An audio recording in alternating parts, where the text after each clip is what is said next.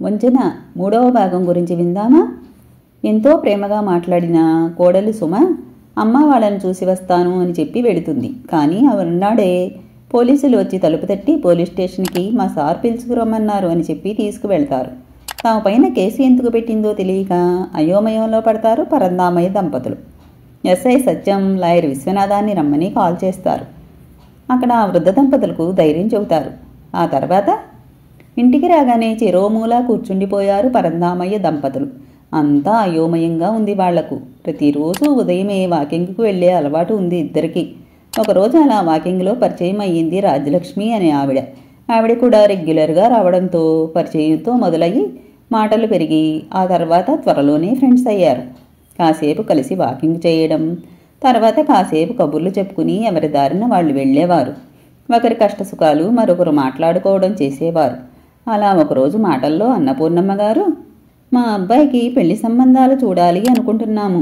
ఆడపిల్లల పెళ్ళిళ్ళు అయిపోయాయి. ఇక మిగిలింది మా అనంత్ ఒక్కడే. వాడికి తగిన అమ్మాయి, ఇంట్లో కలిసిపోయే అమ్మాయి దొరకాలి. కట్నం కానుకలతో పనిలేదు.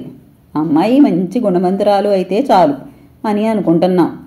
మీ ఎరుకలో ఎవరైనా ఉంటే చెప్పండి అన్నారు. మా దూరపు బంధువుల అమ్మాయి ఉంది. తను కూడా సాఫ్ట్వేర్నే. ఈ సంబంధం మీ అబ్బాయికి బాగుంటుంది అని చెప్పింది ఆవిడ. వివరాలు అడిగి తీసుకున్నారు. ఆ తర్వాత ఆ రాజ్యలక్ష్మి గారే ఇరు కుటుంబాలకు పరిచయాలు చేసి పెళ్లి విషయం మాట్లాడుకునేట్టు చేశారు. తర్వాత అన్నీ చకచకా జరిగిపోయాయి. పెళ్లి చూపులు, నిశ్చయ తాంబూలాలు, ఆ తర్వాత పెళ్లి వెంటనే జరిగాయి. అప్పటి విషయాలు ఒక్కసారిగా సినిమా రేళ్ల మాదిరిగా మనసులో కదిలాయి అన్నపూర్ణమ్మ గారికి. అప్పుడు ఎంతో అణుకుగా మాట్లాడిన వియ్యంకుడు ఇప్పుడు ఇంత కఠినంగా మీ అంత చూస్తాను 30 లక్షలు ఇవ్వకుంటే అని ఎందుకన్నాడో అర్థం కావట్లేదు. కట్నం అడగలేదు. పెళ్లి ఖర్చులు కూడా చెరో సగం పెట్టుకున్నాం. అమ్మాయికి నగలు పెట్టారు వాళ్ళు వీళ్ళును. కోడలు ఎప్పుడూ ఎంతో ప్రేమగా ఉంది.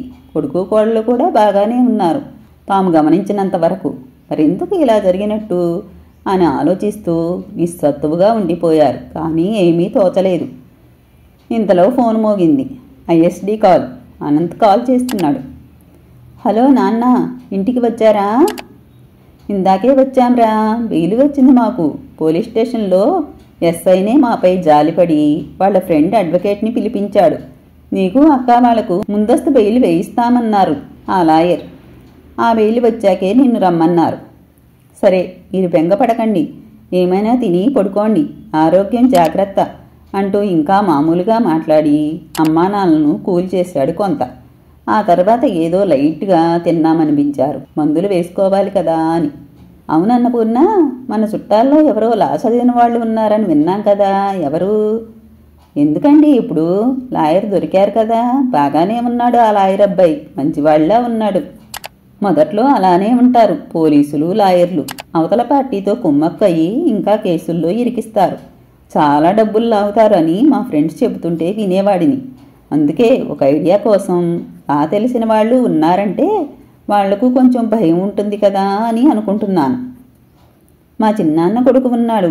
ఏదో కంపెనీలో లా ఆఫీసర్గా చేసి రిటైర్డ్ అయ్యారు. ఉండండి, బుక్లో నెంబర్ చూసి చెప్తాను అని నెంబర్ చెప్పింది. ఆ నెంబర్కు కాల్ చేసి హైదరాబాదులోని మలక్పేటలో ఉన్న అతనితో, ఓసారి రేపు ఉదయం మా ఇంటికి అర్జెంటుగా రావాలి. మీ సలహా సహాయం కావాలి అన్నారు పరంధామయ్య. ఆయన సరేనన్నాడు. అలవాటు ప్రకారం ఉదయమే లేచి కాలకృత్యాలు తీర్చుకుని కాఫీ తాగుతున్నారు పరంధామయ్య దంపతులు. అప్పుడే కాలింగ్ బెల్ మోగింది. వెళ్ళి తలుపు తీయగానే రాజారావు గారు ఎదురుగా నిల్చుని ఉన్నది చూసి, రండి, మీకోసమే చూస్తున్నాము అని ఇంకో కాఫీ తీసుకురమ్మని భార్యకు చెప్పారు పరంధామయ్య. ఆయన ఫ్రెష్ అయి రాగానే కమ్మని కాఫీ చేతిలో పెట్టింది అన్నపూర్ణమ్మ. అప్పుడు జరిగిన విషయాలు వివరించారు. చెప్పండి రాజారావు గారు, ఏం చేయమంటారు? ఈ పోలీసులు, లాయర్లు అంటే భయం వేస్తుంది. వాళ్ళు అవతలి వాళ్ళతో కుమ్మక్కయి ఇంకా సమస్యలు తెస్తారేమో. పోనీ ఇల్లు అమ్మేనా సెటిల్ చేసుకుందామనుకుంటే ఇదొక్కటే నాకుంది. అమ్మితే అంత వస్తుందో లేదో కూడా అనుమానమే. ఇది ఇచ్చేస్తే మా గతి ఏంటి అన్న పరంధామయ్యతో, మీరు కంగారు పడకండి. అలాంటి పరిస్థితి ఏమీ రాదు. నిన్న అంత తొందరగా స్పందించి మీకు బెయిల్ వచ్చేటట్టు చేశారు కదా లాయర్ విశ్వనాథం. చెడ్డవాళ్లు అలా సాయం చెయ్యరు డబ్బులు చేతిలో పడకుండా. దాన్ని బట్టే ఆయన మంచి మానవత్వం ఉన్న గొప్ప లాయర్ అని అనిపిస్తోంది నాకైతే అయినా ఇప్పుడు ఆ లాయర్ వస్తారు అన్నారుగా, అన్నీ వివరంగా అడిగి మన సందేహాలు తీర్చుకుందాం, ఆ తర్వాత ఒక నిర్ణయం తీసుకుందాం అన్నాడు రాజారావు. తిరిగి మళ్ళీ ఇలా అడిగాడు, ఇంతకీ ఆ లాయర్ ఎప్పుడు, అదే ఎన్ని గంటలకు వస్తానన్నాడు? 11కి వస్తాను అన్నాడు. ఓకే, రానివ్వండి, ఆయనతో మాట్లాడదాం ఇంకా వివరంగా.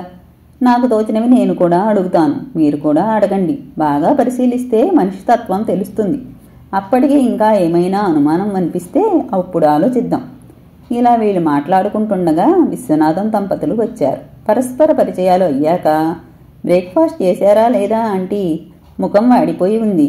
ఇప్పుడు ఏమీ అయిపోలేదు, అంత టెన్షన్ ఎందుకు పడతారు? ఈ కాలంలో ఇదంతా మామూలే. ప్రతి చిన్న విషయానికి భర్తపైన, అత్తామామలు, ఆడపడుచులపైన కేసులు వేస్తున్నారు ఆడపిల్లలు. వాళ్ళ జీవితం నాశనం చేసుకుంటున్నారు, అత్తింటి వారిని క్షోభకు గురి చేస్తున్నారు. మీరు దిగులు పడకండి, త్వరలోనే ఈ కేసులన్నీ పోతాయి. అసలు కారణాలు కూపీలాగుతాం కదా, ఏమీ టెన్షన్ పడకుండా ధైర్యంగా ఉండండి అంది లాయర్ అనురాధ. ముందస్తు బెయిల్ వస్తుందో లేదో వాళ్ళ అబ్బాయికి అని టెన్షన్ పడుతున్నారమ్మా వాళ్ళు. 498A ఉంటే రాదంటున్నారు చాలామంది. ఆడవాళ్ల వైపే ఉంటుందట కోర్టు అని. వీళ్ళ వియ్యంకుడు అడ్వకేట్ కదా, ఏ లంచమో ఇచ్చి ఇంకా ఎన్ని కేసుల్లో ఇరికిస్తాడో అని భయపడుతున్నారు అని అన్న రాజారావుతో, కోర్టు ఎవరి వైపు ఉండదు, న్యాయం వైపు ఉంటుంది. లంచం ఎందుకు తీసుకుంటారు?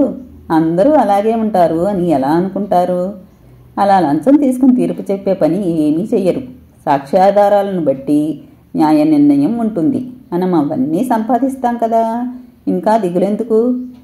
ఏదో సినిమాలో చూసి ఎవరెవరివో చెప్పినవి విని మీరు భయపడొద్దు. అన్ని సంస్థల్లో ఉన్నట్టే ఇక్కడ కొందరు అవినీతి పరులు ఉన్నంత మాత్రాన అందరూ అలానే ఉంటారు అని ఊహించుకుని భయపడితే ఎలా? మిమ్మల్ని చూసి మీరు నిర్దోషులని భావించి మీకు సాయం చేయాలని అనుకున్నారు ఎస్ఐ సత్యం. అందుకే ఆ ఎస్ఐ సత్యం గారు ఈయన్ను మీ కేసు చూడమని అడిగారు. లేదంటే ఈ విడాకుల కేసులు చూడట్లేదు సార్ అంది అనురాధ కొంచెం విసుగ్గా. మీ వియ్యంకుడు ఎస్ఐ సత్యానికి ఫోన్ చేసి కనీసం 25 లక్షల పైన వరకు వాళ్ళు ఇస్తామంటే కేసులు అన్నీ వదిలివేసుకుంటామన్నాడట. అలా సెటిల్ చేసుకుంటామంటే మీ ఇష్టం, లేదంటే మొత్తం భారం నాపై వెయ్యండి.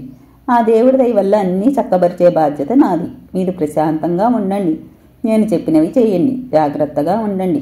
నాకు తెలియకుండా వాళ్లతో ఏమీ సెటిల్ చేసుకోవద్దు. ఒక్క పైసా కూడా వాళ్ళకి ఇవ్వక్కర్లేదు మీరు.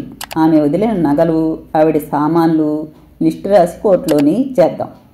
అదీ కాక మీ భయం పోవడానికి లా తెలిసిన ఈ రాజారావు ఉన్నారు కదా, ఇంకేంటి? నేను అడిగిన వాటికి జవాబు చెప్పండి.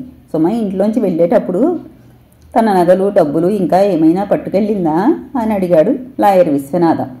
ఏమీ తీసుకెళ్లలేదు, అన్నీ అలానే వదిలేసి వెళ్ళింది. మళ్ళీ విడాకుల పిటిషన్లోనేమో నగలన్నీ ఉంచుకుని ఇంట్లోంచి వెళ్ళగొట్టారు అని రాసింది అంది బాధగా అన్నపూర్ణమ్మ.